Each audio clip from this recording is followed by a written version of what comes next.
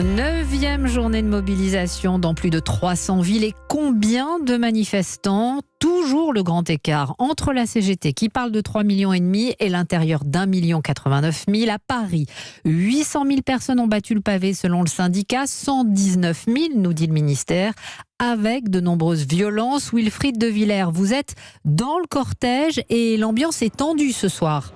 Oui Hélène, effectivement on peut même parler d'une ambiance électrique, un nuage de gaz lacrymogène flottait dans l'air il y a encore quelques minutes. Des pompiers sont en train d'éteindre un feu de poubelle juste devant moi, tandis que le CRS tente d'évacuer la place de l'Opéra. Sur le boulevard des Italiens où je me trouve, des centaines de manifestants sont toujours présents.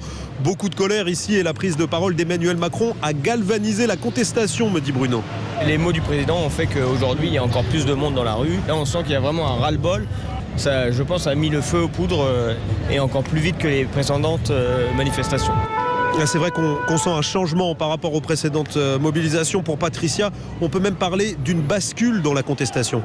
Depuis le 49.3, on voit bien qu'il y a un changement. La colère gronde et monte et s'exprime, et aussi un changement dans la stratégie policière. Et donc aujourd'hui, après le discours de Macron hier, quelle autre solution que d'essayer de maintenir le rapport de force ?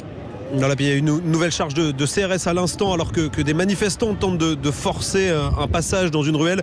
L'évacuation du boulevard des Italiens semble donc loin d'être terminée. Wilfried de Villers en direct de la manifestation parisienne qui, je vous le rappelle, a rassemblé 119 000 personnes selon le ministère de l'Intérieur.